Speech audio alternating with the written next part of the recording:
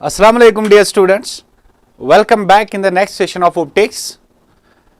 मेरे बेटे आप जानते हैं अच्छे से कि पिछले सेशन में हमने डिस्कस करा था ऑप्टिक्स का एक part that was ray optics. Ray optics के कुछ क्वेश्चंस हमने डिस्कस करे थे, तो आज इसमें बचता है वे ऑप्टिक्स। तो वे ऑप्टिक्स के कुछ ब्यूटीफुल क्वेश्चंस को हम डिस्कस करेंगे जो आपके बोर्ड में बहुत इंपॉर्टेंट है और आपकी बहुत हेल्प करेंगे। ठीक है, तो शुरू करते हैं फिर। लेट्स सपोज आपको बोला जाए, पहले क्वेश्चन से शुरुआत करते हैं, what is the wave front and what are its types. Wave front क्या होता है और इस वेव फ्रंट के टाइप्स बताइए, मतलब वेव फ्रंट किस किस तरह का हो सकता है। ठीक है, तो टाइप्स तो बाद में देखेंगे, पहले यह पता होना चाहिए व्हाट इज वेव फ्रंट। एक बात बताइए जरा, मैं इसको डिफाइन भी अच्छे से करूंगा, पहले आपको समझाएंगे, एक सेकंड अब नजर रखिए। एक बात बताइए जरा, क्या आप सब ने यह सुना है सर कि y is equal to a sine omega t plus k x. सुनना ध्यान से, इस पूरी इक्वेशन में इस वाले पार्ट को क्या आप जानते हैं? Yes sir. सर इसको कहते हैं फेज। इसको क्या कहते हैं भाई? इसको कहते हैं फेज। सर इसको कहते हैं फेज। और ये इस पूरी कहानी में सर क्या क्या चीज बताएगी? एक तो आपको बताती है व्हाट इज द पोजीशन, एक तो आपको बताती है व्हाट इज द पोजीशन, दूसरा पार्टिकल का what is the direction of velocity, what is the direction of velocity. Sir ये सब चक्कर क्या है, आप हमको यहां क्यों ले जा रहे हैं, अभी आपको समझ में आ जाएगा मैंने क्या बोला। कुल मिला के बात यह है कि ये जो कहानी है यहां से लेके यहां तक, इसको हम कहते हैं phase, omega t plus k x, this is the phase. Now suppose करते हैं, अगर हम बात करेंगे, लेट सपोज मेरे पास एक पॉइंट सोर्स है, मेरे पास एक पॉइंट सोर्स है सर। अब ये जो पॉइंट सोर्स है भाई साहब, यहां से निकलेगी रेज हर डायरेक्शन में। पॉइंट सोर्स ऑफ लाइट है, यहां से निकलने वाली रेज मैंने हर डायरेक्शन में ली है। लेट्स सपोज कि मैंने कुछ ऐसा बनाया, ठीक है। मान लीजिए फॉर टाइम टी, मान लीजिए फॉर टाइम टी, मान लीजिए फॉर टाइम टी, ध्यान सुनना इधर, मान लीजिए फॉर टाइम टी, मान लीजिए फॉर टाइम टी, यहां से निकलने वाली ये जो रे है ये एक्स चली। कितना चली? एक्स चली। कितने टाइम के लिए? टी टाइम के लिए। एक बात बताया, what is the phase here? आप लिखोगे omega t plus k x. Same is the case for here. मान लीजिए यहां भी ये टी टाइम में कितना चला? एक्स चला। तो यहां पर अगर हम बात करेंगे what is the phase of the particle, omega t plus k x. Same मैंने यहां मान लिया ये भी चला एक्स, सेम मैंने यहां मान लिया ये भी चला एक्स, मैंने यहां मान लिया ये भी चला एक्स, मैंने यहां मान लिया ये भी चला एक्स। ध्यान सुनना मैंने क्या बोला। मैंने एक पॉइंट सोर्स लिया, लाइट का एक पॉइंट सोर्स लिया, अब इसमें हर डायरेक्शन में लाइट जा रही है। अब मैंने आपको बोला for any instant of time, let suppose कि ये यहां से यहां तक कितना चली टी टाइम में एक्स, यहां से यहां तक भी टी टाइम में कितना चली एक्स, यहां से यहां तक भी कितना चली एक्स। तो what is the phase here? This is called as phase. इसको हम कहेंगे omega t plus k x, omega t plus k x, omega t plus k x. तो आपको नहीं लग रहा है कि ये जो पार्टिकल्स है ये सारे पार्टिकल्स का फेज सेम है? अगर मैं इन पार्टिकल्स को ज्वाइन करता हूं, the locus of all the particles which are vibrating in the same phase, that is known as wave front. बस हो गया खत्म। ऐसे पार्टिकल्स जो सारे के सारे पार्टिकल्स एक ही फेज में वाइब्रेट कर रहे हो, तो locus of all such particles which are vibrating in the same phase, that's known as wave front. सीधी सीधी कहानी है। Let's understand it another example से इसको समझते हैं। लेट्स सपोज मैं आपको एक बात बताता हूं, सपोज करते हैं इस एग्जांपल से समझता हूं। ध्यान सुनना इधर, मैंने यहां पर और एक वेव बनाई, मैंने यहां पर और एक वेव बनाई। लेट्स सपोज आप, अगर आपसे बोला जाए जरा इन पार्टिकल्स को देखो, ये वाला पार्टिकल, ये वाला पार्टिकल, अगर इन पार्टिकल्स को देखोगे, ये वाला पार्टिकल, इन पार्टिकल्स को देखोगे, जरा मुझे बताइए ये वाले पार्टिकल्स जो हैं, आपको नहीं लग रहा है they are vibrating in the same phase? इन पार्टिकल्स को देखेंगे, आपको नहीं लग रहा है they are vibrating in the same phase? They are vibrating in the same phase. The locus of all such particles which are vibrating in the same phase, that is known as wave front. इसके आगे इसको discuss करने की जरूरत नहीं है। तो दूसरी बात यह है जो आपको समझनी है, पहले तो अगर हम डेफिनेशन लिखेंगे sir what is wave front, इसके बारे में बात करते हैं। अभी पहली बात तो यह है व्हाट इज वेव फ्रंट। तो आप क्या बोलोगे व्हाट इज वेव फ्रंट? ध्यान से सुनना इधर, आप बोलोगे the locus of all such particles और the particles which are vibrating, which are vibrating in the same phase। पहली बात तो ये है। दूसरी बात, जो वेवफ्रंट होता है, ध्यान सुनना इधर, जो वेवफ्रंट होता है, वेवफ्रंट और direction of propagation of wave ये हमेशा आपस में परपेंडिकुलर होते हैं। लेट सपोज करते हैं ये मेरे पास एक पॉइंट सोर्स है, 2 मिनट सुन लेना, ये मैंने एक वेवफ्रंट बनाया, ये मैंने दूसरा वेवफ्रंट बनाया, और ये है direction of propagation of light. अगर आप ध्यान से देखोगे, जो आपको याद रखना है कि जो वेवफ्रंट होता है, वेवफ्रंट जो होता है, it is always perpendicular to the direction of propagation of light. ये आपको याद रखना है। एक पॉइंट यहां लिखते हैं, जो वेवफ्रंट होता है, wavefront is always perpendicular to the direction of perpendicular to the direction of propagation of light, to the propagation of ray, to the propagation of light।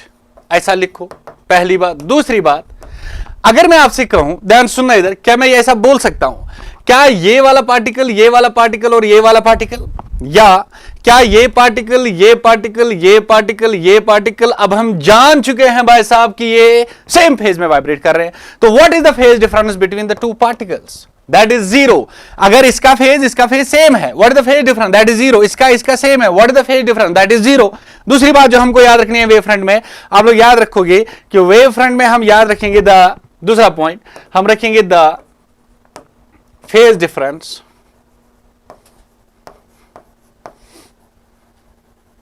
between the various points,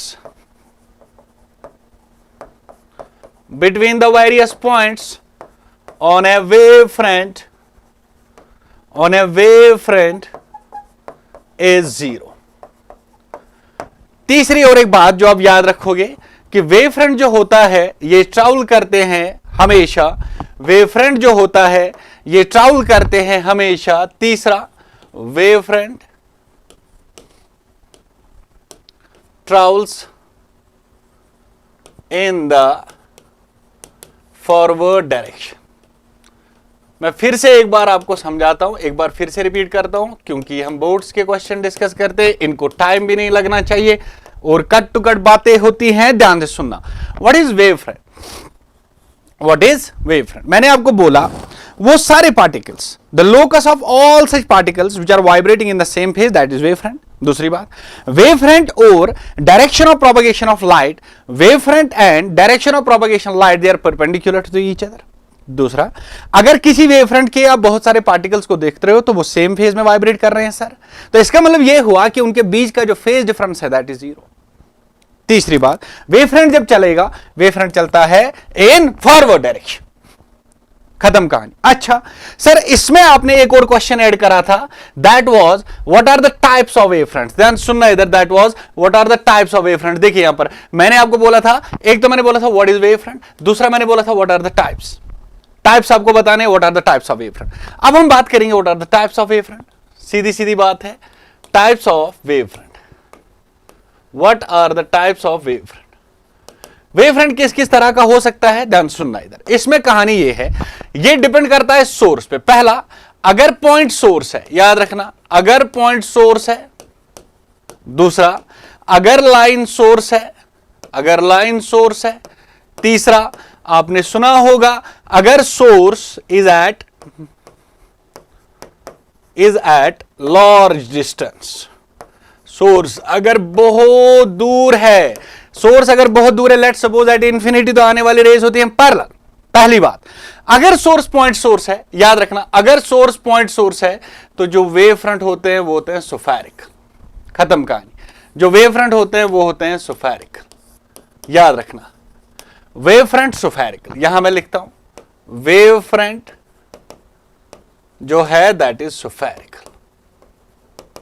इसको याद रखना, अगर source point source है तो wavefront बनेगा spherical. दूसरा, अगर source line source है, ध्यान सुनना कैसा, मान लो सपोज करते हैं ये है मेरे पास एक लाइन सोर्स, अगर ये लाइन सोर्स है, लेट सपोज कि यहां से निकली रे, यहां से निकली रे, पीछे से निकली रे, आगे से निकली रे, तो जो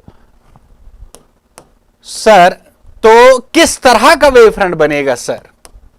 बेटा हमको पता है कि जो वेव फ्रंट होता है that is perpendicular to the direction of propagation of light. तो यहां पर जो कहानी बनती है दैट इज सिलेंड्रिकल। ध्यान से सुनना, पहला, अगर पॉइंट सोर्स है तो स्फेरिकल है, अगर लाइन सोर्स है तो सिलेंड्रिकल है। दूसरी बात, तीसरा, अगर आपके पास दिया है सोर्स जो है लार्ज डिस्टेंस पे, लार्ज डिस्टेंस पे है, ये तीसरा है, लार्ज डिस्टेंस पे आने वाले जो रेज होते हैं they are parallel to each other. अब यहां पर जो वेव फ्रंट बनता है, ध्यान से सुनना, जो वेव फ्रंट बनता है, बनाओ वेव फ्रंट, ये हुआ इसके परपेंडिकुलर, तो वेव फ्रंट बनता है planar, that is a planar wave front. Planar wave front, ठीक। पहला, what is wave front? Sir, the locus of all such points which are vibrating in the same phase, that is wave front. Sir wave front और direction of propagation of light होती है perpendicular to each other. Sir जो wave front चलेंगे वो चलते हैं forward direction में। दूसरी बात, sir what are the types of wave front?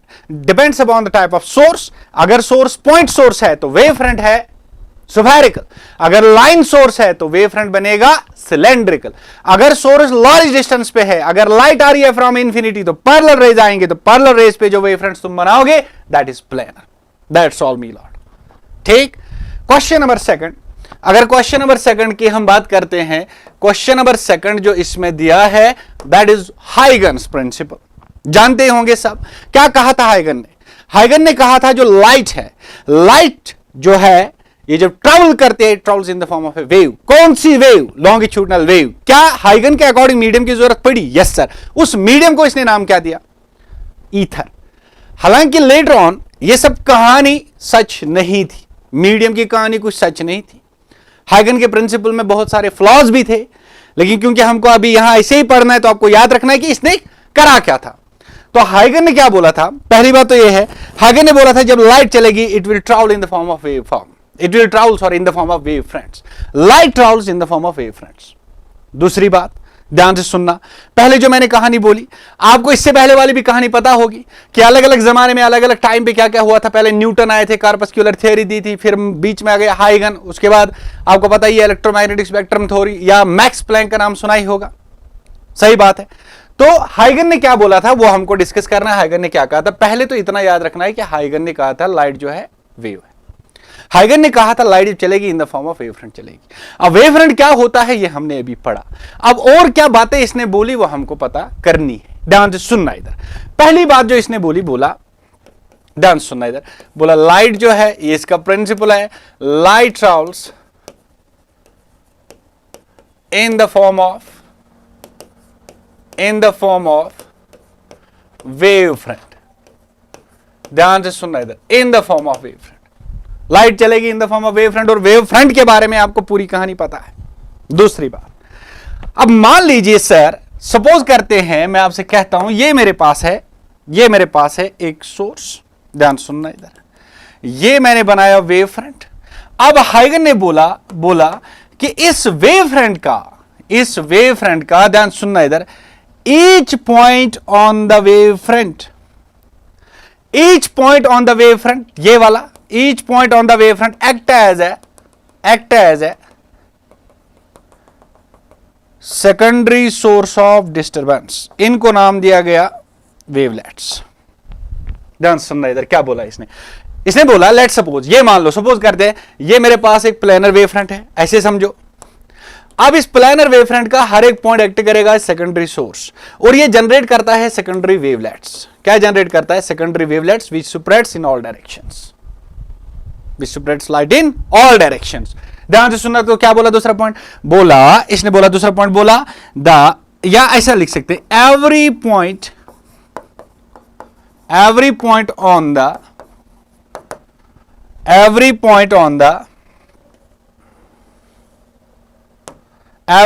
on the wavefront, every point on the wavefront act as a secondary disturbance, act as a secondary source of disturbance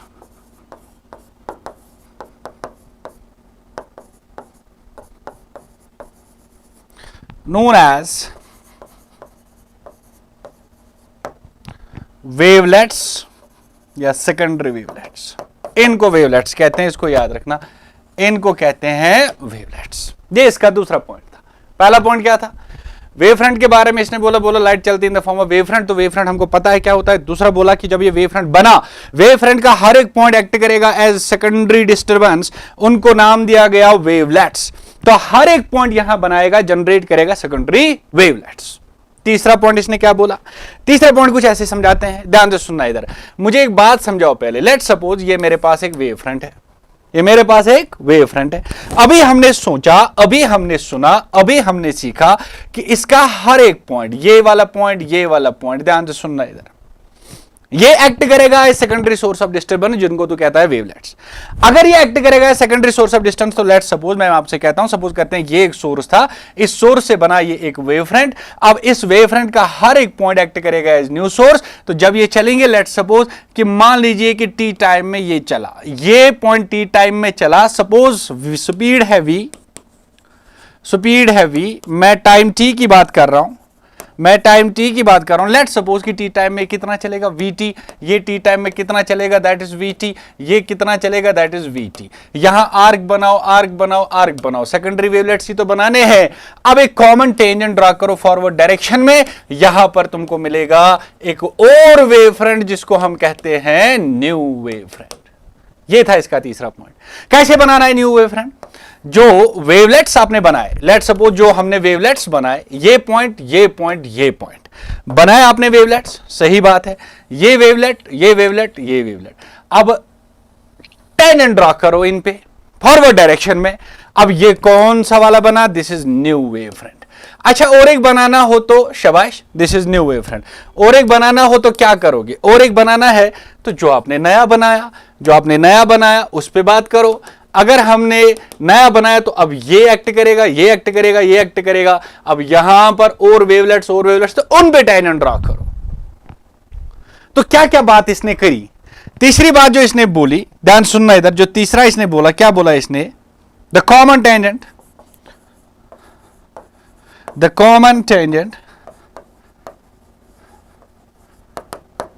on the wavelets, secondary wavelets,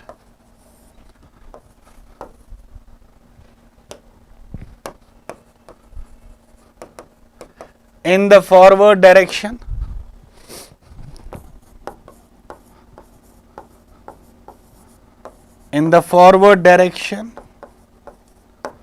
gives a new wave front, gives a new wave front। एक नया wave front बनाना है तो जो wavelets बने हैं, जो wavelets बने हैं, उन वेवलेट्स पे एक कॉमन टेंजेंट ड्रॉ करो, आपको एक नया वेव फ्रंट मिलेगा। मैंने आपसे कहा कि अगर ये एक पॉइंट सोर्स है, सपोज करते हैं यहां पर बना था एक वेव फ्रंट, अब इसका हर एक पॉइंट एक्ट करेगा ए सेकेंडरी डिस्टर्बेंस। अब ये भी चलेंगे, लेट सपोज टी टाइम में कितना चला, टी टाइम में चला vt, ये कितना चला vt, ये कितना चला vt। यहां आर्क बनाओ, अब इन पे टेंजेंट ड्रॉ करो, आपको मिलेगा एक नया wave front. Common tangent on the secondary wavelets in the forward direction give rise to a new wave front. मान लो आपने एक वेव फ्रंट बनाया, आपको अब दूसरा बनाना है। अब जो पहले बना था उसका हर एक पॉइंट एक्ट करेगा as secondary source of disturbance, वहां मिलेंगे आपको सेकेंडरी वेवलेट्स। उन सेकेंडरी वेवलेट्स पे एक कॉमन टेंजेंट ड्रॉ करो फॉरवर्ड डायरेक्शन में, आपको मिलेगा नया wave front. These are the basic points of Huygens principle. कौन कौन सा पॉइंट? लाइट चलते हैं in the form of wave front. दूसरा, वेव फ्रंट तो हमको पता ही है क्या है। दूसरा कि each point on the wave front act as secondary source of disturbance, जिनको तो वेवलेट्स कहता है, सेकेंडरी वेवलेट्स कहता है। तीसरा, और इन्हीं सेकेंडरी, अब इन्हीं सेकेंडरी वेवलेट्स पे आप टेंजेंट ड्रॉ करोगे फॉरवर्ड डायरेक्शन में, आपको मिल जाएगा न्यू वेव फ्रंट। ठीक, अच्छा, नेक्स्ट क्वेश्चन देखिए। अब हम बात करेंगे नेक्स्ट क्वेश्चन की। नेक्स्ट क्वेश्चन इसमें कौन सा है? ध्यान से सुनना इधर। Laws of reflection and refraction by laws of reflection and refraction by Huygens principle. Huygens principle से आपको प्रूव करना है angle i is equal to angle r, law of reflection. दूसरा sine of i, μ1 sine of I is equal to μ2 sine of r. याद कर refraction का law, sine I by sine are constant, ये दूसरा है। पहला वाला हमको पता है angle of incidence and angle of reflection बराबर है। तो शुरू करते हैं, पहले हम आपको सिखाएंगे, यहां पर पहले इस पे नजर रखेंगे लॉज ऑफ रिफ्लेक्शन पे, दूसरा यहां पर फिर बाद में करेंगे रिफ्रैक्शन। लेकिन इससे पहले, करने से पहले, स्टार्ट करने से पहले एक बात बता, क्या तुमको ये बात क्लियर हुई? लेट्स सपोज कि ये मेरे पास है, सपोज करते हैं ये मेरे पास है प्लानर वेव फ्रंट। क्या तुम ये जानते हो, क्या अब आपको पता है ये इस प्लानर वेव फ्रंट का हर एक पॉइंट एक्ट करेगा as new source of disturbance, जिसको तू क्या कहता है? Secondary wave. क्या नया वेव फ्रंट बनाने के लिए क्या मुझे इस पे टैंजेंट ड्रॉ करना पड़ेगा? यस सर, बिल्कुल टैंजेंट ड्रॉ करना पड़ेगा। क्या मैंने और एक चीज आपको सिखाई है, क्या इसमें मुझे पता है अगर पॉइंट सोर्स हुआ तो वेव फ्रंट होगा स्फेरिकल, अगर लाइन सोर्स हुआ तो सिलेंड्रिकल, अगर रेज आ रही है पैरेलल तो एक प्लेनर वेव फ्रंट बनेगा। सर इस पे हम बात करते हैं, ध्यान से सुनना। पहले हम बात करेंगे लॉ ऑफ रिफ्लेक्शन की, पहले रिफ्लेक्शन की बात करेंगे बेटा, रिफ्लेक्शन की बात करते हैं। सुनना ध्यान से मैं क्या कर रहा हूं। रिफ्लेक्शन, लेट्स सपोज ये मेरे पास एक रिफ्लेक्टिंग सरफेस है, ये मेरे पास एक रिफ्लेक्टिंग सरफेस है। अगर ये रिफ्लेक्टिंग सरफेस है, मान लीजिए कि यहां से एक रे आई, ये मेरे पास एक रे है इंसिडेंट रे, और ये रिफ्लेक्ट होके यहां गई, सही बात है।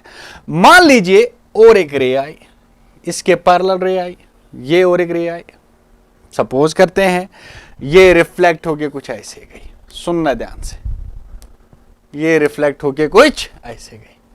क्या है ये दोनों? These are incident rays. क्या है सर? भाई साहब ये क्या है? ये है इंसिडेंट रेज। ये दोनों क्या है सर? ये है रिफ्लेक्टेड रेज। ध्यान से देखना मैं क्या बोल रहा हूं, ये है रिफ्लेक्टेड रेज। नाउ पहले डायग्राम को हम कंप्लीट करेंगे, फिर 1 सेकंड में हो जाएगा। नाउ पहले मैं एक डायग्राम बनाता हूं। एक बात बताओ, जब ये लाइट यहां पे आई, ध्यान से सुनना इधर, लेट, मैं आपसे कहता हूं लेट, इसको मैं नाम देता हूं ए, ये मेरे पास है यहां पे, इसको मैंने नाम दिया ए।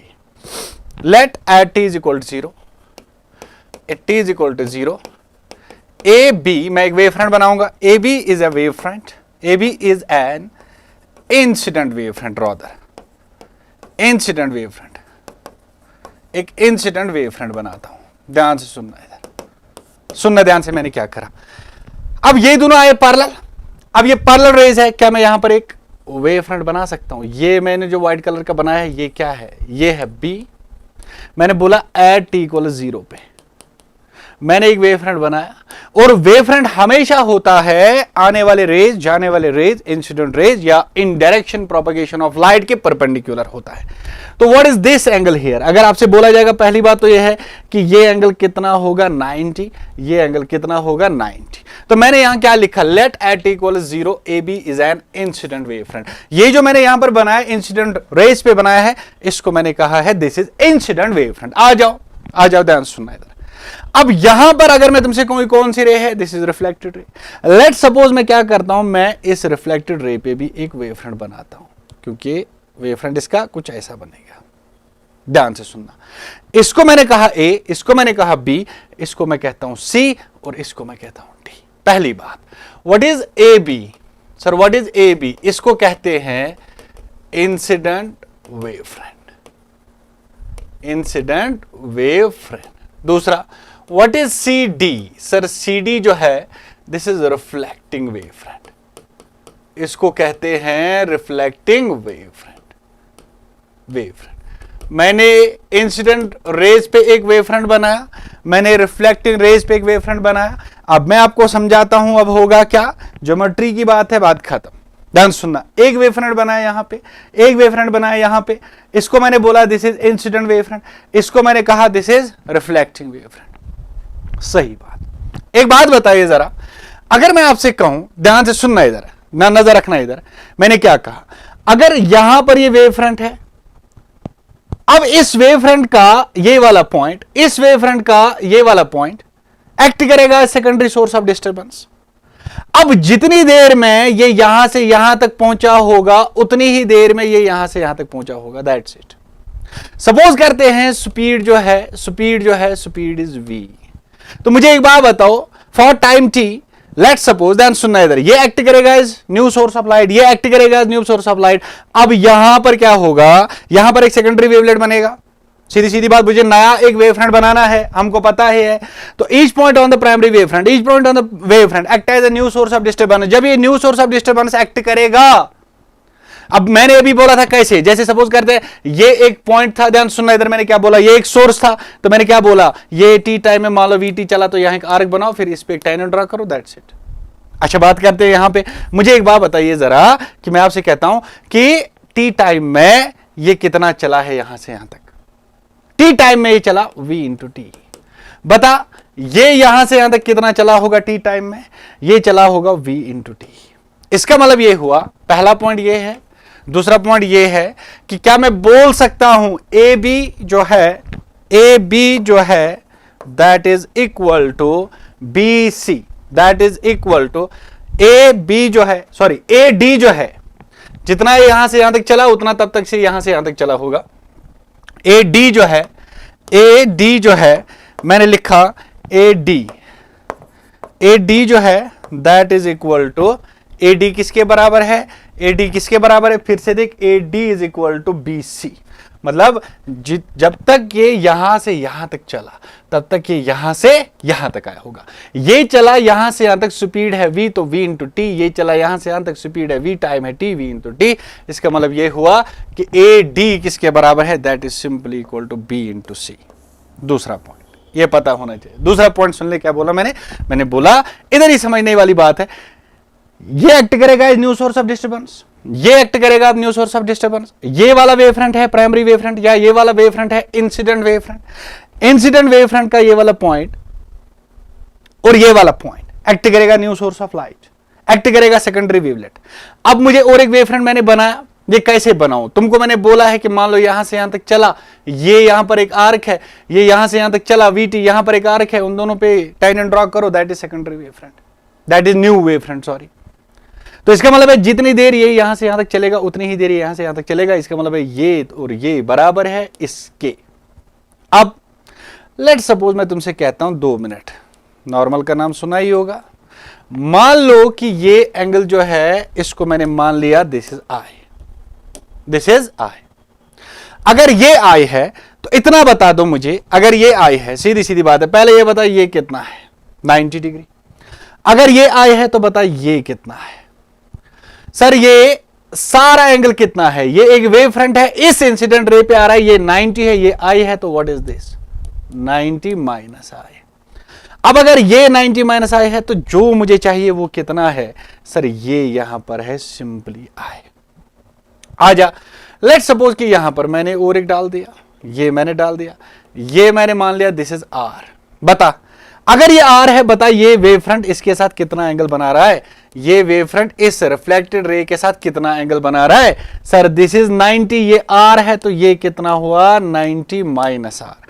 अगर ये 90 माइनस आर हुआ तो बताइए, ये आर, ये 90 माइनस आर, तो बताइए ये कितना हुआ। It is simply equal to are.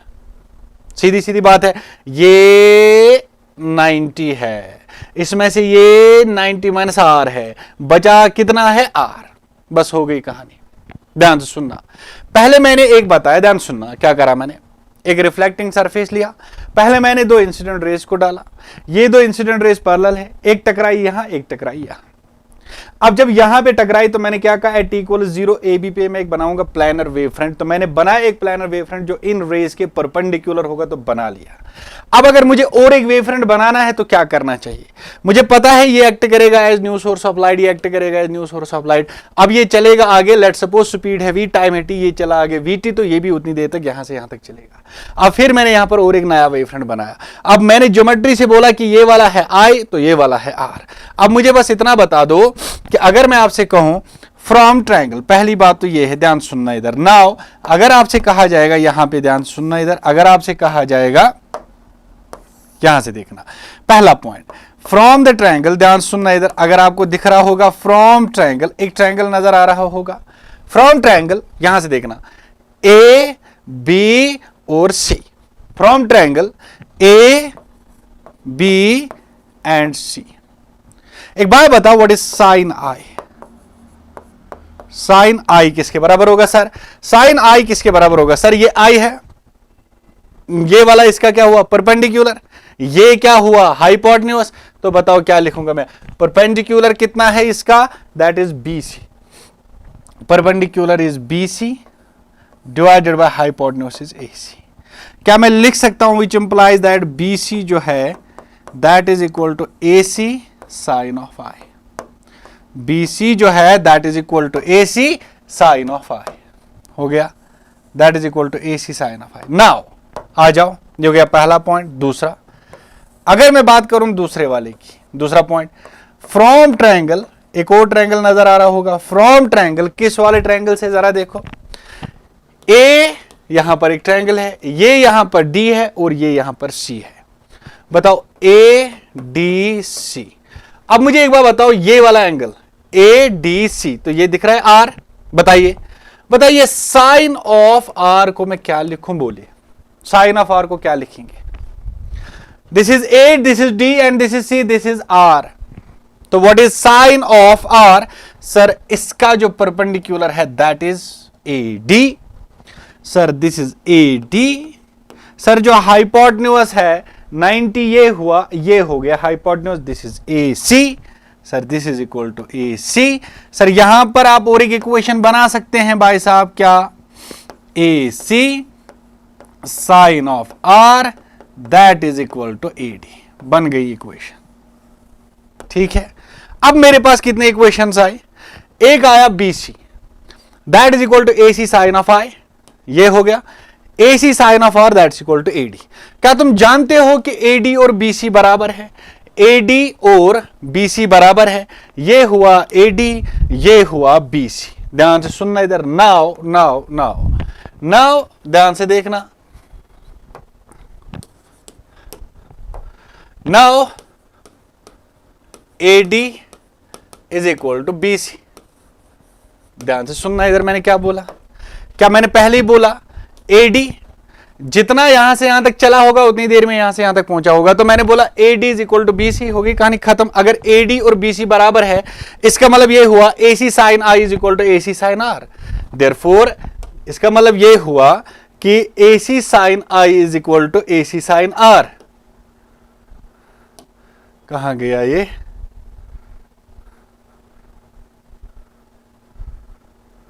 चलो यहां पर करते हैं, क्या बोला मैंने? नाउ फिर से लिखता हूं मैं, नाउ कौन कौन? नाउ हमने लिखा AD is equal to BC,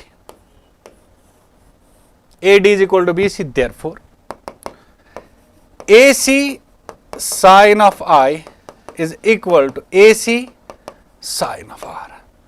ये छमछम, sine of I is equal to sine of R, which implies that angle I is equal to angle R. This is known as law of reflection. इसका proof है। दूसरा वाला आपको पता ही है, normal incidence and reflected ray, जो मैंने पिछली बार बोला था, they lie in the same plane. Next एक बार फिर से देख ले जरा, AD और BC बराबर है, AD और BC बराबर है, ये इक्वेशन इस इक्वेशन के बराबर हुई। फिर AD और BC बराबर है AC sine I is equal to AC sine R, इसका मतलब है sine I is equal to sine R, इसका मतलब है angle of incidence is equal to angle of reflection. चल नेक्स्ट बात करते हैं।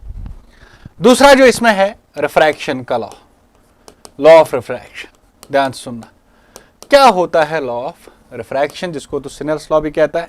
ध्यान सुनना, फिर से वही कहानी। लेट्स सपोज इस बार मैंने क्या करा, ये है एक रिफ्रैक्टिंग सरफेस, ये रिफ्रैक्टिंग सरफेस है। अब मैंने क्या करा, फिर से वही कहानी। लेट्स सपोज इसमें मुझे पता है रे को जाना एक मीडियम से दूसरे medium, this is medium first, this is medium 1, इसका रिफ्रैक्टिव इंडेक्स है μ1। लेट सपोज कि यहां से निकलने वाली, यहां से आने वाली जो रेज है उनकी स्पीड है v1। अब दूसरे मीडियम में जाओगे, लेट सपोज कि दिस इज मीडियम सेकंड, ध्यान सुनना इधर, ये और एक मीडियम है, इसका रिफ्रैक्टिव इंडेक्स है μ2 और इसकी जो स्पीड है लाइट की यहां पे that is equal to v2। Now let, मैं यही से बोलता हूं कि μ1 इज ग्रेटर देन μ2, इसका मतलब है कि v1, अगर आपसे कहा जाएगा, ध्यान से सुनना इधर, अगर मैं आपसे कहूं कि ये वाला जो मीडियम है दिस इज रेयरर, ये वाला जो मीडियम है दिस इज डेंसर, इसका मतलब है अगर ये रेयरर है तो इसका मतलब ये हुआ कि यहां पर v1 स्पीड है वो ज्यादा होगी as compare to v2 speed. मतलब लाइट अगर इस मीडियम में जाएगी तो तेजी से चलेगी, इस मीडियम में फिर जब रिफ्रैक्ट होके जाएगी तो स्लो चलेगी। मैंने मान लिया कि ये है डेंसर, इसको मान लिया कि मैंने ये है रेयरर। मैंने बोला, ध्यान सुनना इधर, मैंने बोला, ध्यान सुनना, मैंने क्या लिखा यहां पर, मैंने लिखा लेट, मैं आपसे कहता हूं लेट, ये है रेयरर मीडियम, ये है रेयरर, ये क्या है, दिस इज डेंसर।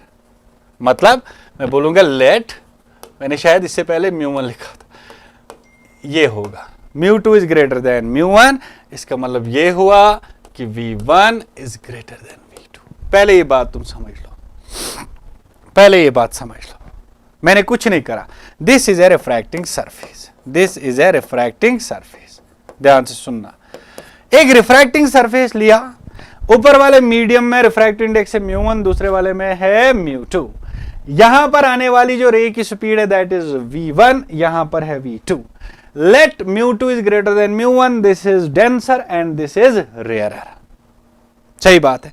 अब हम कहानी आगे चलाते हैं, ध्यान से सुनना इधर, कहानी आगे चलाते हैं। ये यहां से एक रे आई, this is an incident ray, फिर से वही कहानी। अगर ये इंसिडेंट रे है, कहां से कहां आ रही है सर, ये आ रही है रेयरर से डेंसर, तो ये हो गया इसका refraction, that is towards the normal. This angle is angle of incidence and this angle is angle of refraction. Next, और एक रे मैंने लाई, ये वाली रे, ये दोनों आपस में पैरेलल है, these are incident rays, these are incident rays, और एक रे लाई incident rays। अब क्या होगा यहां पे, let's suppose ये नॉर्मल है, अब ये ऐसे हो गई रिफ्रैक्ट, वही कहानी फिर से, रे यहां पे, इस पॉइंट को मैंने रखा नाम ए, मैं लिखूंगा at A, let at T is equal to 0, मैं एक वेव फ्रंट बनाऊंगा, A B is an incident wave front, incident wave front, एक इंसिडेंट वेव फ्रंट मैंने बना लिया, बनाया, सही बात है। अच्छा कैसे बनाऊं वो इंसिडेंट वेव फ्रंट, जरा नजर रखो यहां पर, ये है इंसिडेंट वेव फ्रंट, ये हुआ, इसको मैंने नाम रखा ए, इसको नाम क्या रखा बी। अब ये एक्ट करेगा एज न्यू सोर्स, ये एक्ट करेगा एज न्यू सोर्स, अब ये चलेगा आगे और ये भी चलेगा आगे। यहां पर जो स्पीड है दैट इज v1, यहां पर जो स्पीड है दैट इज v2। जब ये चलेगा v1 से, v1 ज्यादा है और v2 कम है, मतलब ये जब चलेगा टी टाइम में, ये यहां से यहां तक कम चलेगा, ध्यान से सुनना इधर, और उतनी ही देर में ये यहां से यहां तक पहुंच जाएगा। अगर ये यहां से यहां तक पहुंच गया तो ये यहां से यहां तक पहुंच जाएगा। इसका आंसर इसलिए है क्योंकि ये स्पीड ज्यादा है, ये स्पीड कम है, ये डेंसर मीडियम में चल रहा है, ये रेयरर मीडियम में चल रहा है। फिर से सुन, मैंने पहले एक वेव फ्रंट बनाया that is incident wave front, अब ये एक्ट करेगा एज न्यू सोर्स। मुझे आपको एक नया वेव फ्रंट बना के देना है, मुझे नया वेव फ्रंट बनना है, तो ये चलेगा 40 टाइम, ये चलेगा v2t, ये चलेगा v1t, क्योंकि v1 ज्यादा है v2 से तो ये चलेगा ज्यादा, उतनी ही देर में ये चलेगा कम। अब यहां से लेके यहां तक, जितनी देर में यहां से यहां पहुंचेगा उतनी देर में यहां से यहां तक ही पहुंचा होगा, कम चला होगा, तो यहां पर और एक वेव फ्रंट बनाएंगे, this is known as what, ये वाला, ये ए है, ये है सी, ये है डी। ध्यान सुनना, ये ए है, ये बी है, ये सी है, ये डी है। What is C D? अगर मैं आपसे कहूं व्हाट इज सी डी, ये पहला पॉइंट। दूसरा point what is C D? C D जो तुमने बनाया that is refracting wave front. Now ये है रिफ्रैक्टिंग वेव फ्रंट। अब होगी geometry, this is wave front, refracting wave front. ध्यान सुनना इधर, this is refracting wave front. बस हो गई कहानी खत्म। आ जाओ, एक बात बताओ जरा, अगर मैं आपसे कहता हूं, सीधी सीधी बात है, मुझे एक बात बताओ जरा, ये कितना है आई, ध्यान सुनना इधर, ये कितना है I, what is this angle, sir this is 90 minus I, what is this angle, sir this is I, what is this angle, sir this is 90 degree, सही बात, what is this, this is R, what is this, this is 90, what is this, sir this is 90 minus are.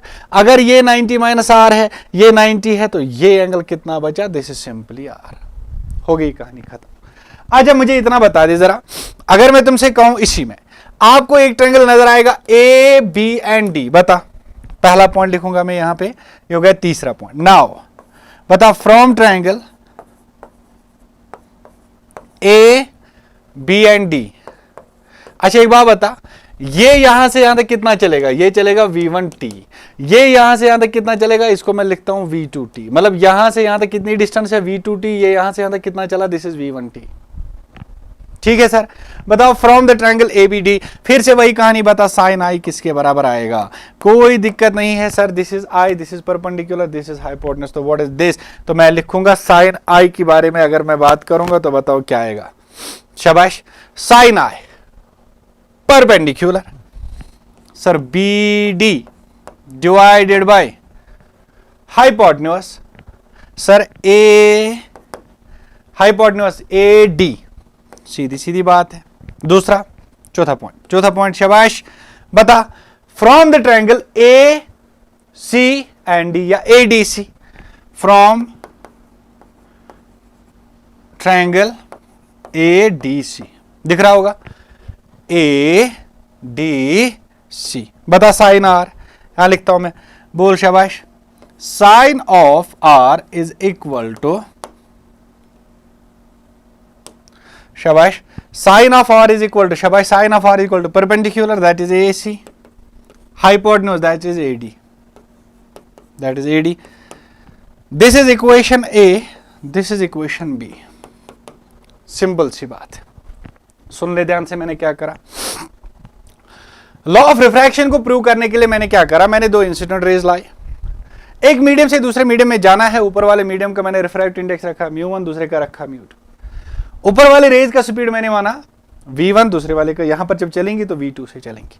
अब मैंने पहले ही बोला कि μ2 is greater than μ1, this medium is denser and this medium is rarer, तो यहां पर अगर ये रेयरर है तो यहां पर जो रेज चलेंगी वो चलेंगी ज्यादा तेजी से, चलेंगे कम तेजी से। तो जब रे यहां टकराई और रे यहां टकराई तो मैंने सबसे पहले बोला let suppose at t equal 0 A B, मैं एक पहला एक वेव फ्रंट बनाता हूं और वो जो वेव फ्रंट है that is incident wave front. अब दूसरा जब बनाना है, this will act as a secondary source of distance. अब डिस्टर्बेंस, अब मुझे पता है t टाइम में ये कितना चलेगा, आगे ये चलेगा v1t और ये कितना चलेगा v2t, क्योंकि v1 is greater then v2, तो ये जब तक चलेगा यहां से लेके यहां तक, ये तब तक यहां से यहां तक पहुंच गया होगा। तो फिर मैंने यहां पर और एक वेव फ्रंट बनाया, जो वेव फ्रंट है this is now known as, this is a refracting wave front, और वेव फ्रंट जो है वो रे के परपेंडिकुलर होता है। फिर मैंने कुछ नहीं करा, ये आई है तो ये 90 माइनस आई है तो ये हुआ आई, अगर ये आई ये आर है तो ये वाला एंगल कितना हुआ, ये यहां से लेके यहां तक ये है 90, तो ये वाला कितना, ये सारा कितना है 90, ये आर 90 माइनस आर, तो ये कितना बचा आर। फिर मैंने तुमको बोला ए बी और डी में देख, साइन आई जो होगा perpendicular that is B D divided by A D, और ए डी और सी में देख sine of R is equal to, इस आर को देख this is perpendicular A C divide by आएगा ए डी, इसको मैंने मारा इक्वेशन सेकंड या इक्वेशन बी, इसको मैंने मारा इक्वेशन ए। तो बता अगर मैं तुमसे कहूं डिवाइड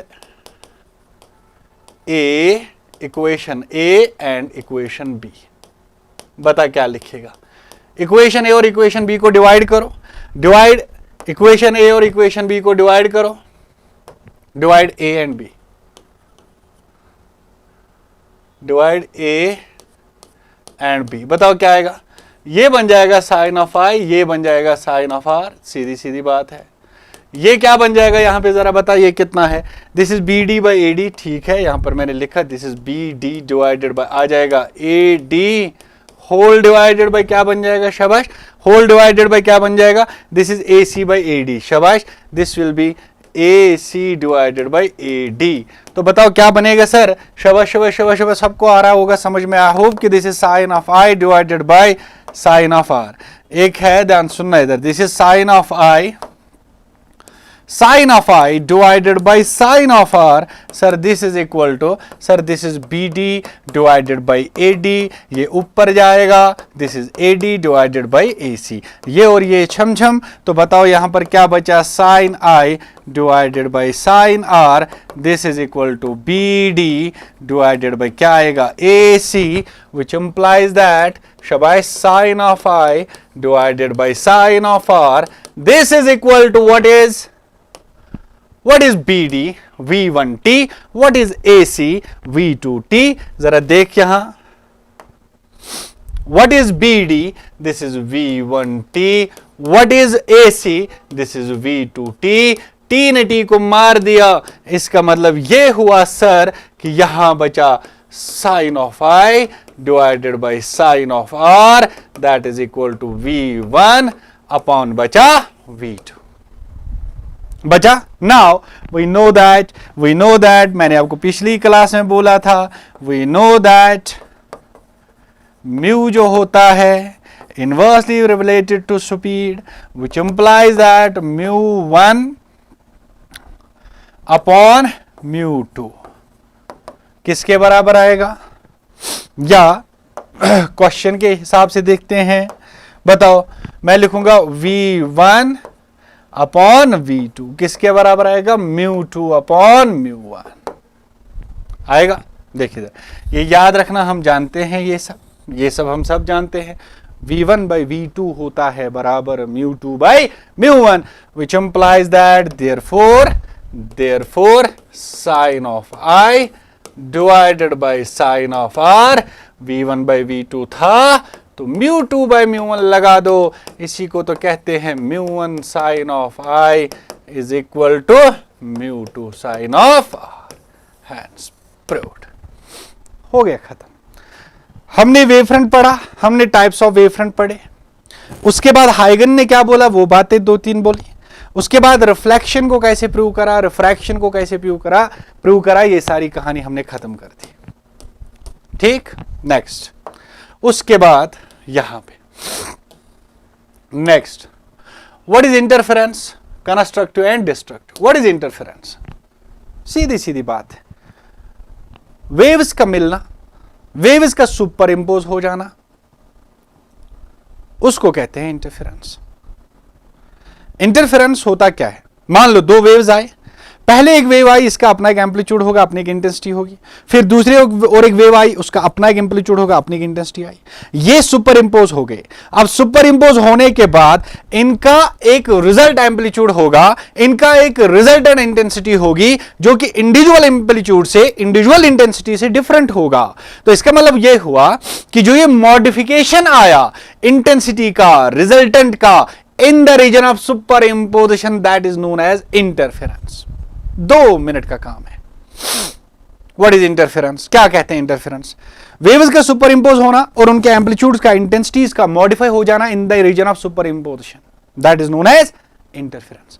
अब 2 तरह की हो सकती है, या तो कंस्ट्रक्टिवली हो जाएगा इंटरफेरेंस, या तो डिस्ट्रक्टिवली हो जाएगा. तो एक होगा कंस्ट्रक्टिव, दूसरा होगा डिस्ट्रक्टिव. तो सबसे पहली बात तो यह है, what is interference. What is interference?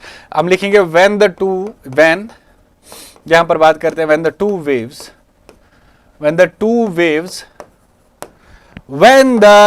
waves, बेटा इस पे टाइम जाया करने की जरूरत नहीं है, सीधे मैं अकॉर्डिंग टू बोर्ड पढ़ा रहा हूं, इसको मैं डिटेल में डिस्कस नहीं कर रहा हूं. when the two, I hope कि तुम लोगों को ये पता है, when the two waves superimpose. अच्छा, ये जो वेव्स होंगी इनका फ्रीक्वेंसी सेम होगा, एक कांस्टेंट फेज भी होगा. सही बात, ओके. चल लिखते हैं, कोई मसला नहीं. when the two waves of same frequency, क्या हो गया, of same frequency and constant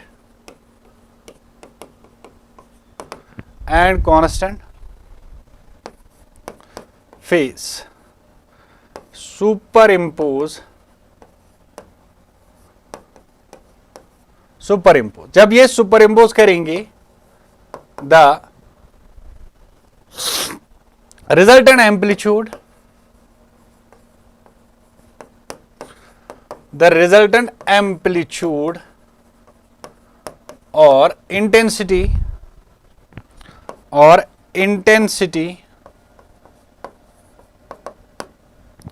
the resultant amplitude और इंटेंसिटी, क्या बोला मैंने, अब जो रिजल्टेंट एम्पलीट्यूड होगा, रिजल्टेंट इंटेंसिटी होगा, वो इनके इंडिविजुअल एम्पलीट्यूड से और इंडिविजुअल इंटेंसिटी से डिफरेंट होगा.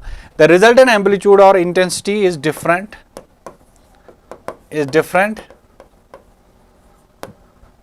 फ्रॉम देयर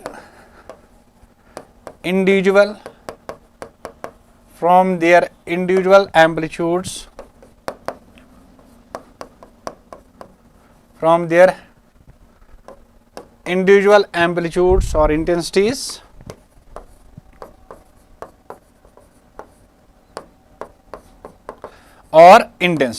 अच्छा, this modification,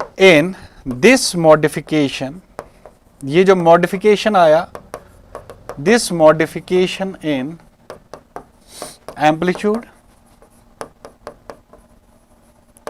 or intensity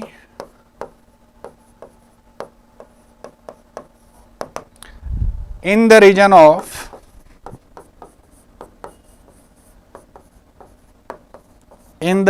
superimposition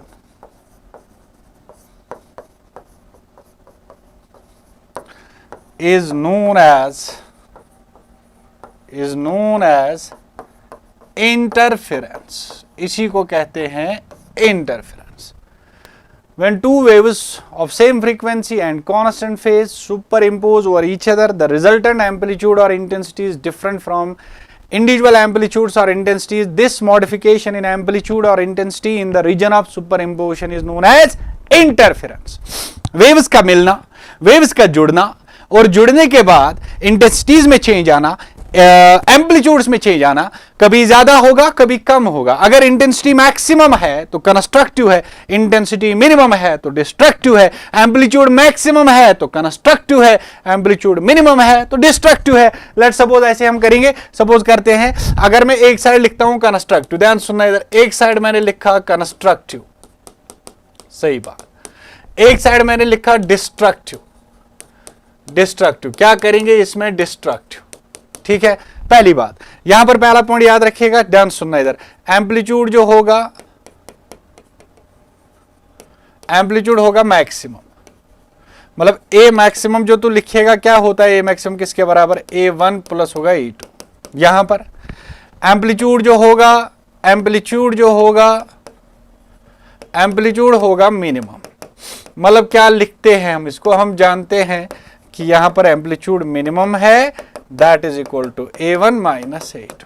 दूसरी बात, अगर बात करते हैं यहां पे इंटेंसिटी जो होगी, नेट इंटेंसिटी मैक्सिमम होगी, सही बात है.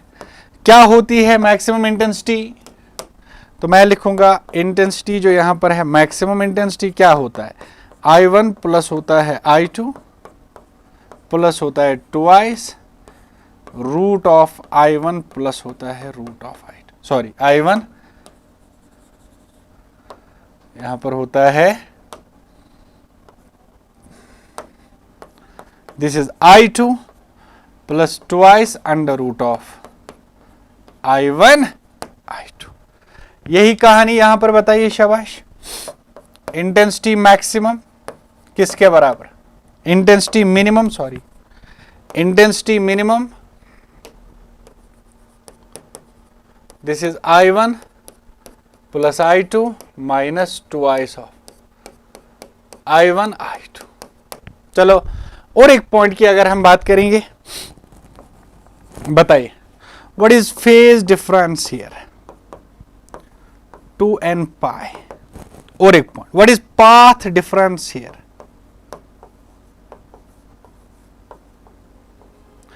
मतलब डेल्टा एक्स. नेक्स्ट पॉइंट है n lambda. What is phase difference here, shabash, 2n minus 1 into pi. What is path difference here, 2n minus 1 lambda by 2, constructive and destructive, याद रखना। अगर amplitude maximum हो गया that is A1 plus A2, अगर amplitude maximum है तो constructive है, intensity maximum है तो कंस्ट्रक्टिव है। कंस्ट्रक्टिव के लिए जो कंडीशन है फेज डिफरेंस का that is 2n pi, path difference का है l लैम्डा, और डिस्ट्रक्टिव का जो कंडीशन है for phase difference that is 2n minus 1 into pi, and path difference है 2n minus 1 into lambda by 2। Okay, interference हो गया। Next question, what are the conditions for sustained interference? What are the conditions for sustained interference? छोटा सा question पूछ सकते हैं, ठीक है। तो 2-4 कंडीशंस है जो आपको याद रखना है। पहले, सोर्स होना चाहिए कोहेरेंट,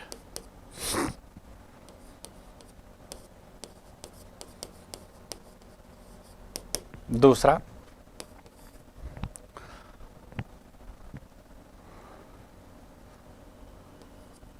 सोर्स होना चाहिए कोहेरेंट, दूसरा मोनोक्रोमैटिक होना चाहिए,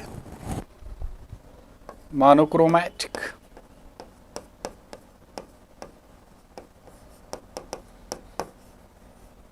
तीसरा जो डिस्टेंस होती है, ध्यान से सुनना, distance between sources and screen should be large। चौथा point, distance between sources, distance between sources या gap between the sources should be small, should be small।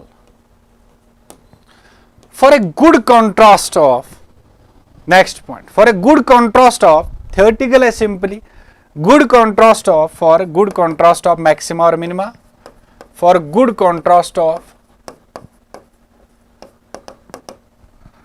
maxima or minima, amplitude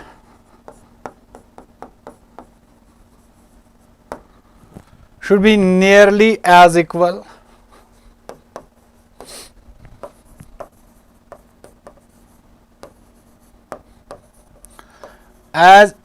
as possible, बराबर ही होने चाहिए, ठीक है। तो these are the conditions for sustained interference. क्या? Source होना चाहिए कोहेरेंट, लाइट होनी चाहिए मोनोक्रोमैटिक, डिस्टेंस सोर्स और स्क्रीन के बीच में ज्यादा होनी चाहिए, आपस में जो सोर्सेज का बीच का गैप है वो कम होना चाहिए, और अच्छा कॉन्ट्रास्ट अगर आपको देखना है मैक्सिमा और मिनिमा के बीच में, तो एम्पलीट्यूड जो होने चाहिए वो होने चाहिए वेव्स के, क्या? वो होने चाहिए नियरली इक्वल, जितना हो सके उतना बराबर ही कर दो, ठीक। अब आते हैं नेक्स्ट क्वेश्चन पे, यंग्स डबल स्लिट एक्सपेरिमेंट। क्या कहता है यंग्स डबल स्लिट एक्सपेरिमेंट? देखिए, हमको पता है कि जो हाइगन ने हमसे बात करी थी, हाइगन ने कहा था लाइट चलती है एज अ वेव। इसने क्या करा, एक कार्डबोर्ड लाया, लेट सपोज ये मैंने एक कार्डबोर्ड बनाया, यहां पे एक कार्डबोर्ड लाया भाई साहब ने, उसमें स्लिट कर दिया, उसमें स्लिट बनाया, ये है कार्डबोर्ड, सुनना ध्यान से, यहां पर एक कार्डबोर्ड लाया, दिस इज सोर्स,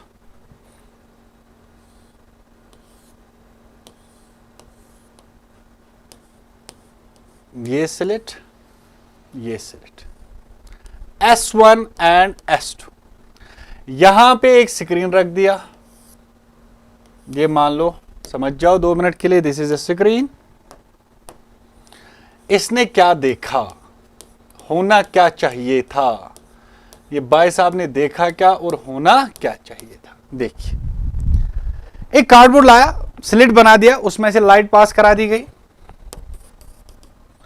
जब इसमें से लाइट पास करा दी गई तो इसने देखा कि एक्चुअल में अगर लाइट इन दो स्लिट्स से निकलेंगे, ये स्लिट्स के डायमेंशन बहुत छोटे रखे, आपस में बहुत नजदीक रखा, लेट सपोज कि यहां से यहां तक की डिस्टेंस जो है d, इनके बीच का जो सेपरेशन है डी, और बोला D is greater then D. और दूसरी बात, इनके बीच का सेपरेशन बहुत कम रखा, इनके डायमेंशन भी बहुत छोटे रखे। तो हुआ ये, जब इसने कार्डबोर्ड लाया, उसमें स्लिट बनाया, उससे लाइट पास करा दी गई। जब लाइट यहां दो स्लिट से पास करा दी गई तो वो खाली दो जगहों पे दिखनी चाहिए थी, लेकिन इसने ऐसा नहीं देखा। इसने देखा यहां पर क्या बन रहे थे, यहां पर फ्रिंजेस बन रहे थे, कभी डार्क तो कभी ब्राइट, कभी डार्क तो कभी ब्राइट, कभी डार्क तो कभी ब्राइट। तो फिर इसने ये बोला, तो सीधी सीधी बात है, अगर ये एक स्ट्रेट पाथ पे चलती तो दो ही जगह पे मिलती, लेकिन क्या ये स्ट्रेट पाथ पे चली है क्या? तो इसका मतलब यह है कि अगर लाइट उन ऑब्जेक्ट से पास होती है जिनके डायमेंशंस बहुत ज्यादा है, greater than wavelength of light, तो वहां पे स्ट्रेट पाथ पे चलती है। अगर डायमेंशंस बहुत छोटे हैं ऑब्जेक्ट्स के, अगर डायमेंशंस बहुत छोटे हैं ऑब्जेक्ट्स के, अगर वो कंपैरिजन में वेवलेंथ ऑफ लाइट के कंपैरिजन में है, तो स्ट्रेट पाथ पे नहीं चलेगा। यह बात इसने समझा दी। बोला लाइट को मिलना था खाली दो जगह पे, लाइट को मिलना था खाली दो जगह पे। अगर स्लिट से पास कराएंगे लाइट को, अगर स्ट्रेट पाथ पे चलना है, लाइट को मिलना था सिर्फ दो जगह पे, लेकिन यहां दो जगह पे थोड़ी ना मिल रही है। यहां लाइट हर जगह फैल रही है, यहां कभी डार्क कभी ब्राइट, कभी डार्क कभी ब्राइट, कभी डार्क कभी ब्राइट, कुछ इस तरह के फ्रिंज मिल रहे हैं। तो इसने क्या बोला, ध्यान से सुनना इधर। इसने बोला एक्चुअली में यहां पर क्या होता है, यहां पर एक इंटरफेरेंस हो रहा है, यहां पर सुपरपोजिशन हो रहा है, यहां वेव्स मिल रही हैं। जहां कंस्ट्रक्टिवली मिल रही है वहां क्या बनेगा, ब्राइट। जहां डिस्ट्रक्टिव इंटरफेरेंस है वहां क्या बनेगा, डार्क। तो यहां इंटरफेरेंस हो रहा है, सीधी सीधी बात। और अगर इंटरफेरेंस हो रहा है तो it's a wave, it's a wave, सीधी सीधी बात है। तो क्या बोला, ध्यान से सुनना इधर। S is a narrow source. पहले तो एक सिंपल सा, एक शॉर्टकट में, एक छोटा सा आप इसमें थ्योरी बना सकते हो। S is a narrow source, S is a narrow source, S is a narrow source, ध्यान से सुनना। Narrow source illuminated by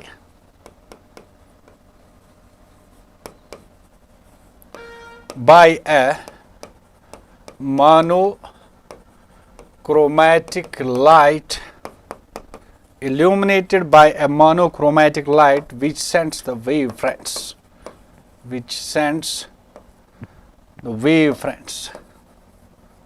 ठीक है, दूसरा, पहला पॉइंट दूसरा, S1 and S2 become secondary wavelets, S1 and S2 become secondary wavelets,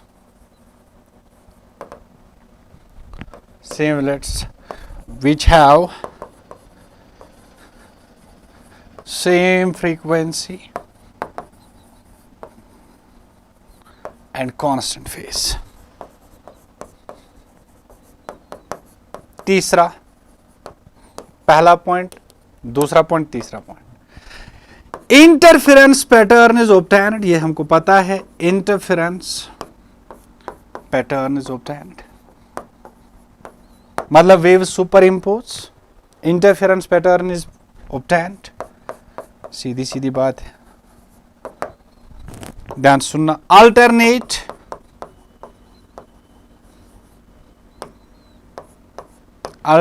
dark and bright fringe,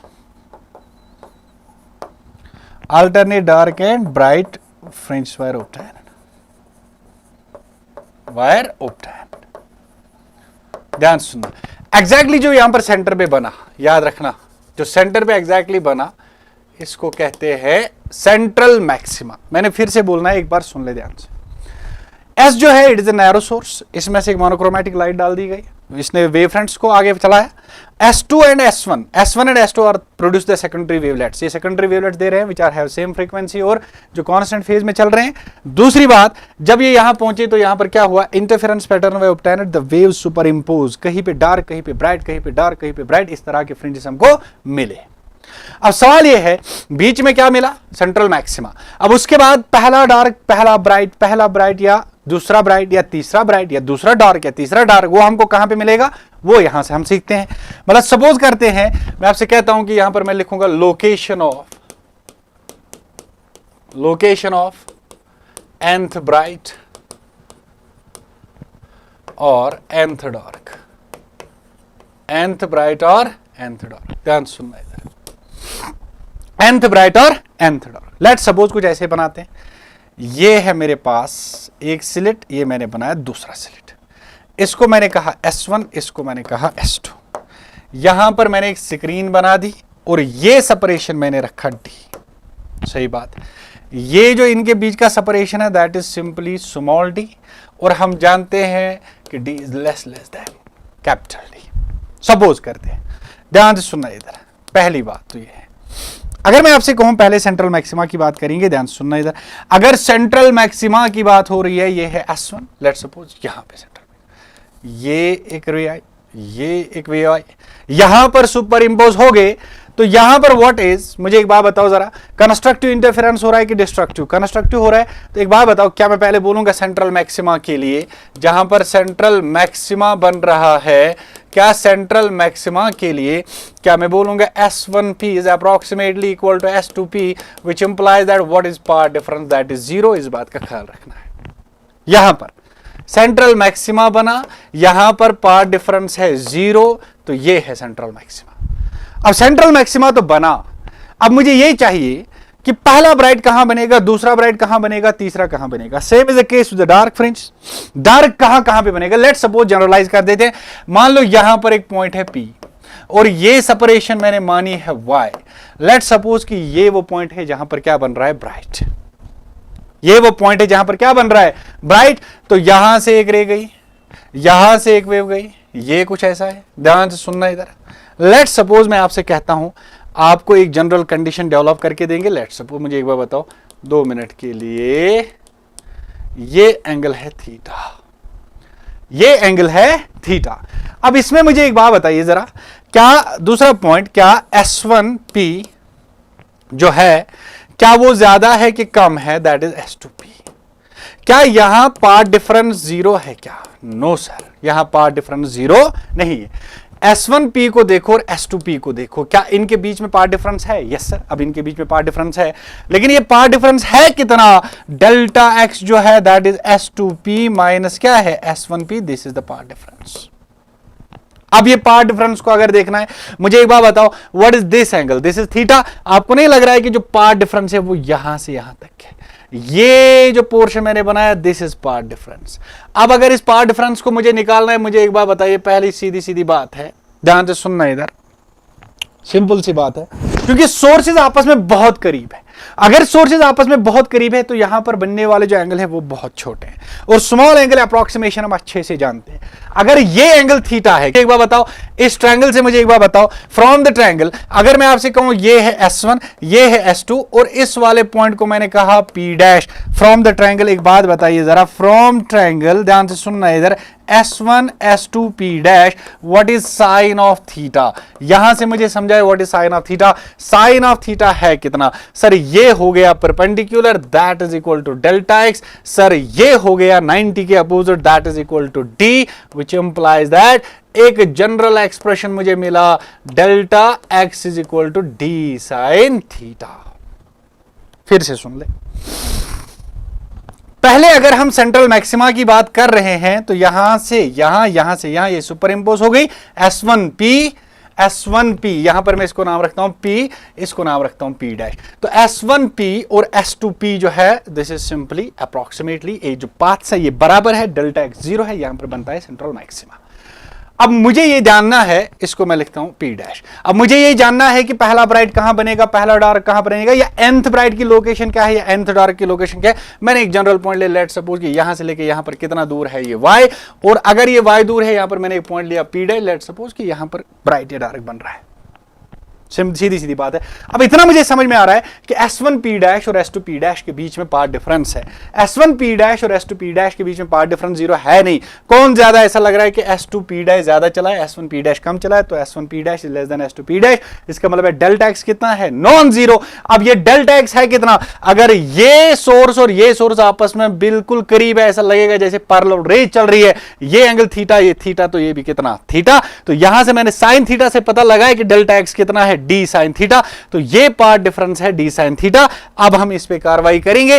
पहले हम बात करते हैं, ध्यान से सुनना इधर, पहला, और यहां पर मैं लिखता हूं दूसरा। पहले बात करते हैं, मैं ध्यान से सुनना इधर, कंस्ट्रक्टिव इंटरफेरेंस, या अगर मैं बात करता हूं ब्राइट फ्रिंज की। ब्राइट फ्रिंज, कंस्ट्रक्टिव या ब्राइट फ्रिंज, बताओ। यहां पर मुझे मिला डेल्टा एक्स किसके बराबर होता है, जो मैंने अभी कंस्ट्रक्टिव में वहां बोला किसके बराबर होता है, डेल्टा एक्स, पार्ट डिफरेंस होता है बराबर एन लेमडा। और तुम्हें यहां पार्ट डिफरेंस मिला कितना, ये तुम्हें मिला डी साइन थीटा। क्या तुम लिख सकते हो फिर कि D sine theta is equal to n lambda. क्या angle theta is small, yes sir. अगर थीटा स्मॉल है विच इंप्लाइज दैट क्या डी साइन थीटा के बदले में क्या लिख सकता हूं, टेन थीटा। मैं ऑलरेडी बता चुका हूं कि अगर एंगल बहुत छोटे हैं साइन थीटा के बदले टेन थीटा लिख सकते हैं। That is simply equal to n lambda.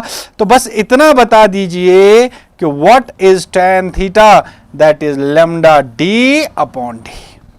अच्छा, इस डायग्राम से अगर हम बात करेंगे, ध्यान सुनना इधर, अगर डायग्राम से हम बात करेंगे सर जरा बताइए कि ये यहां पर क्या है, दिस इज वाई। जरा ये बताइए कि ये कितना है, दिस इज डी। जरा ये बताइए कि ये एंगल कितना है, दिस इज थीटा।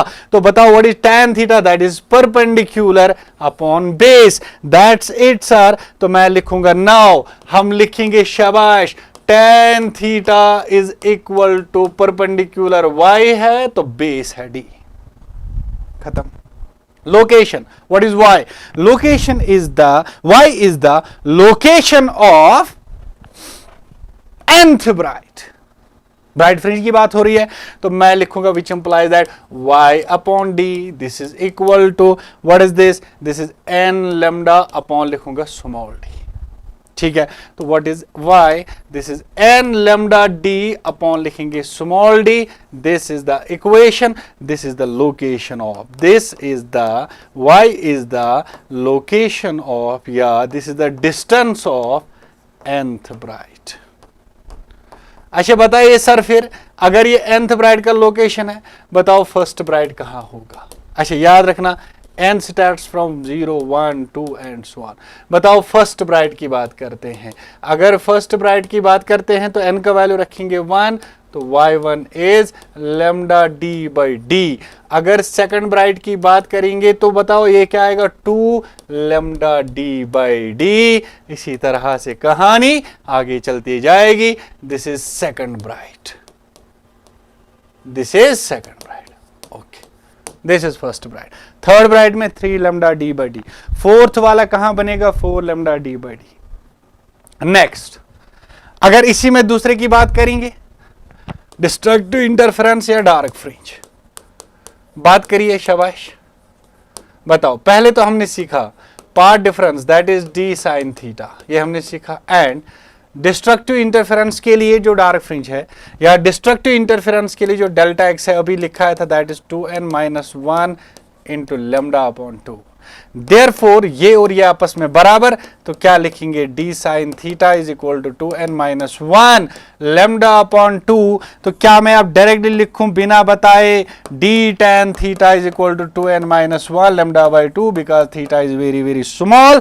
तो tan थीटा जो आएगा this is 2n-1 lambda upon 2d। तो tan थीटा अभी लिखा that is y upon d, that is equal to 2n-1 lambda upon d, साथ में 2 भी है। तो बताओ what is the location of nth dark, what is the location of nth dark. nth dark का location आएगा 2n-1 lambda d divided by 2d। This is the location of nth dark. तो बताओ फर्स्ट डार्क कहां बनेगा, n starts from 1 2 3 and सो, वहां start करता है 0 से, यहां स्टार्ट करता है 1 से। एक ही सेंट्रल मैक्सिमा होता है, ठीक है। इसलिए बताइए फिर first dark, first dark, first dark कहां पे, n को 1 रख दो, 2-1 तो कितना हुआ, तो इसको लिख lambda D by 2d। Second dark बताइए 2 रख दो, 4 तो हो गया 3 lambda D by 2d। Third dark 5 lambda D by 2d and so on, ठीक। यंग्स डबल स्लिट एक्सपेरिमेंट, एक डेफिनेशन आती है इसमें। इसका मतलब ये हुआ कि अगर ये स्क्रीन है, 2 मिनट के लिए सुन लेना, अगर ये स्क्रीन है तो मुझे एक बार बताओ यहां पर क्या आएगा, सेंट्रल मैक्सिमा, ठीक है। पहले क्या बनेगा, फर्स्ट डार्क, फिर क्या बनेगा, फर्स्ट ब्राइट, फिर क्या बनेगा सेकंड डार्क, फिर क्या बनेगा सेकंड ब्राइट। यही कहानी यहां चलेगी। यस सर, यही कहानी यहां चलेगी। What is the distance between the two consecutive darks? What is the distance between the two consecutive darks? ये है वो डिस्टेंस, इसको कहते हैं fringe width. What is the distance between the two consecutive brights? Between the two consecutive brights, ये है वो distance. देखना इधर जरा, ये है वो डिस्टेंस। ये दो डार्क्स के बीच का डिस्टेंस ये हुआ, दो ब्राइट्स के बीच का डिस्टेंस ये हुआ, इसको कहते हैं फ्रिंज विड्थ। तो व्हाट इज फ्रिंज विड्थ? तो अगर मैं आपसे कहूंगा what is fringe width, fringe width is the distance between the two consecutive, fringe width is the distance between two consecutive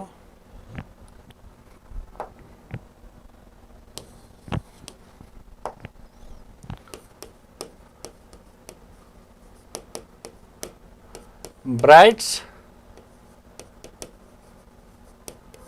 or darks, dark fringe.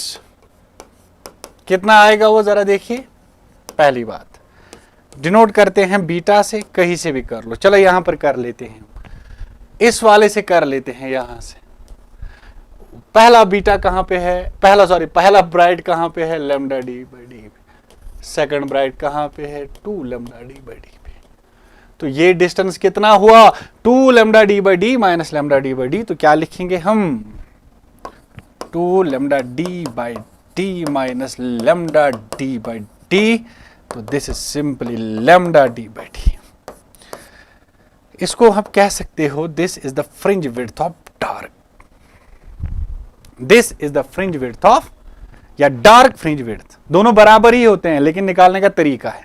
चल अगर मैं दूसरा बताया तो बता, इन दो बीच का डिस्टेंस क्या है, इन दो बीच का डिस्टेंस ये कितना है, लैम्डा डी बाई 2d। ये कितना है, 3 लैम्डा डी बाई 2d। अभी तो लिखा, बता। ये जो है ना, this is the bright fringe width beta B. क्या आएगा ये, यहां से लेके यहां तक इतना, यहां से लेके यहां तक इतना, तो बचा इतना। तो बताओ क्या बनेगा, this is 3 lambda D by 2d minus lambda D by 2d। This is equal to 2 lambda d by 2d, that is equal to lambda d by d। इसको कहते हैं फ्रिंज विड्थ ऑफ ब्राइट, इसको कहते हैं fringe width of dark. सीधी सीधी बात है, दोनों बराबर ही है, निकालने का तरीका मैंने सिखाया। ठीक है, तो ये था यंग्स डबल स्लिट एक्सपेरिमेंट। और एक क्वेश्चन इसमें, सीधा सीधा आगे चलते हैं हम। लास्ट क्वेश्चन इसमें जो हमने रखा है, that is diffraction and what are the factors on which it depends. What is diffraction? Diffraction क्या होता है, एक एग्जांपल से समझाते हैं, सुनना ध्यान से। एक बात बता जरा, 2 एग्जांपल से समझाता हूं। मान लो ये मेरे पास एक ऑब्जेक्ट है, यहां सुनना ध्यान से। ये मेरे पास एक ऑब्जेक्ट है। क्या तुमने सुना है कि लाइट चलती है स्ट्रेट पाथ पे? यस सर, सुना है, ऐसा सुनते हैं हम, ऐसा ध्यान से सुनना। इधर मान लो ये मेरे पास एक ऑब्जेक्ट है। अब इतना बता दो, अगर लाइट यहां से आ रही है, यहां से आ रही है, यहां से आ रही है, यहां से आ रही है, यहां से आ रही है, यहां से आ रही है, यहां से आ रही है, ध्यान सुनना इधर। अगर लाइट यहां से आ रही है, लॉजिकली ऐसा लग रहा है कि ये इसका शैडो एग्जैक्टली यहां तक होना चाहिए, ये इसका शैडो रीजन होना चाहिए। दिस इज शैडो रीजन, यही होना चाहिए ना, ये इसका शैडो रीजन होना चाहिए। चल इसको भी ऐसे रखते हैं, दूसरा यहां पर, ये पहला दूसरा दिखाते हैं। यहां पे मान लीजिए, सपोज करते हैं ये है और ये है, ये स्क्रीन है आगे, यहां से लाइट गई, यहां से लाइट गई। पहले तो इतना बता, क्या लॉजिकली ऐसा लग रहा है ना कि इसका शैडो रीजन इतना है? क्या लॉजिकली ऐसा लग रहा है कि इसका शैडो रीजन इतना है, यहां पर शैडो बनेगा, और लाइट यहां से भी आ रही है, लाइट यहां से भी आ रही है। ध्यान सुनना, होता क्या है, लग ऐसा रहा था ये इसका शैडो रीजन है, लेकिन एक्सपेरिमेंटली ये देखा गया डिफ्रैक्शन क्या सिखाती है कि जब लाइट इस कॉर्नर पे टकराई, कॉर्नर पे टकराने के बाद ये बेंट हो जाती है और स्प्रेड कर जाती है इसके शैडो रीजन में, और इस फिनोमिना को कहते हैं डिफ्रैक्शन। लाइट का बेंट होना और शैडो रीजन में स्प्रेड हो जाना, क्या अब इसका जो शैडो रीजन जो यहां से यहां तक था, क्या ये रिड्यूस हुआ? यस सर, इसका शैडो रीजन इतना ही बचा। यहां पर तो सब में, यहां पर आपको अगर आप ध्यान से देखोगे तो इसमें लाइट जाएगी, सही बात है। तो लाइट का बेंट होना, लाइट का बेंट होना और स्प्रेड कर जाना ऑब्जेक्ट के शैडो रीजन में, that's known as diffraction. The bending of light, the bending of light and it's spreading into the geometrical shadow region, that's known as diffraction। खत्म कहानी। या यहां पर अगर हम बात करते हैं, ये इसका शैडो रीजन था, ये इसका शैडो रीजन था, लेकिन जब ये यहां जाएगी ना तो इसके शैडो रीजन में एंटर करेगी। जब ये जाएगी ना इसके शैडो रीजन में एंटर कर जाएगी तो ये वाला जो हिस्सा है ये ब्राइटर होगा, इसमें लाइट जाएगी। अब इसका शैडो रीजन इतना बचा, इसका शैडो रीजन इतना ही बचा। तो लाइट का बेंट होना, तो लाइट का बेंट होना या लाइट का स्ट्रेट पाथ से डिविएट होना at the sharp edges of an object, at the sharp corners of an object, and it's spreading into the geometrical region of the object is known as diffraction। Light का bent होना, geometrical shadow region में जाना। अच्छा, और एक बात, जब light bent हो जाती है ये शैडो रीजन में ही चली जाती है, ब्राइटर रीजन में नहीं जाती है। It moves towards the shadow region, not towards the brighter region। Brighter region में नहीं जाते तो मैं ऐसा बोलोगे ऐसा ही क्यों गया, ऐसा क्यों नहीं गया? तो इसको याद रखना है कि लाइट जब डिफ्रैक्ट हो जाती है, स्प्रेड कर जाती है, जाती है towards shadow region, not towards the brighter region. अब इसका मतलब ये हुआ व्हाट इज डिफ्रैक्शन? लाइट का बेंट होना, लाइट का बेंट होना, लाइट का स्ट्रेट पाथ से डिविएट हो जाना और इसका चले जाना शैडो रीजन में, इसका चले जाना, that is known as diffraction. तो इस पे पैं करने की जरूरत नहीं है, दैट्स ऑल। तो व्हाट इज डिफ्रैक्शन? तो आप बोलोगे the bending of light,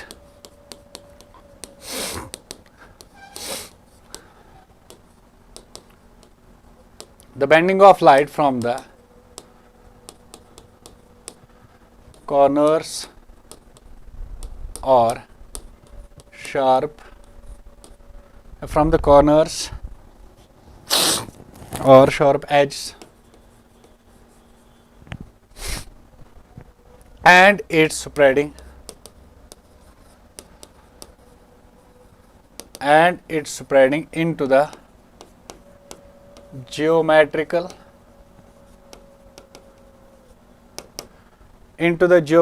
shadow region, geometrical shadow region is known as diffraction। या ऐसा भी बोल सकते हैं लाइट का स्ट्रेट पाथ से डिविएट होना, लाइट का स्ट्रेट पाथ से डिविएट होना और जियोमेट्रिकल रीजन में स्प्रेड होना, इसको कहते हैं diffraction. The bending of light from the corners और sharp edges and its spreading into the geometrical region of the object या ऑफ एन ऑब्जेक्ट, यहां पर इसको ऐड कर लो, of an object is known as diffraction. इसी को कहते हैं डिफ्रैक्शन। दो चीजों पे ये डिपेंड करती है, याद रखना। एक तो डिपेंड करेगी, इट डिपेंड्स अपॉन, याद रखना, इट डिपेंड्स अपॉन दो चीजों पे। पहला डिपेंड करेगी ये एपर्चर का साइज, पहला डिपेंड करती है ये साइज ऑफ एपर्चर पे, इसको मैं ए मानता हूं। दूसरा ये डिपेंड करती है वेवलेंथ पे, डिपेंड करती है वेवलेंथ। एक और फाइन लास्ट वाली चीज, कंडीशन इसके लिए ये है, कंडीशन ये है ए जो है it should be approximately equal to lambda और ए बाय लैम्डा एक्स। ये है कंडीशन ऑफ डिफ्रैक्शन। तो ये हो गया आपका वे ऑप्टिक्स, इसी के साथ खत्म। अब अच्छे से तैयारी करो, अल्लाह आपको कामयाब रखे, अल्लाह आपको कामयाब करे। सलामत रहो, अल्लाह हाफिज।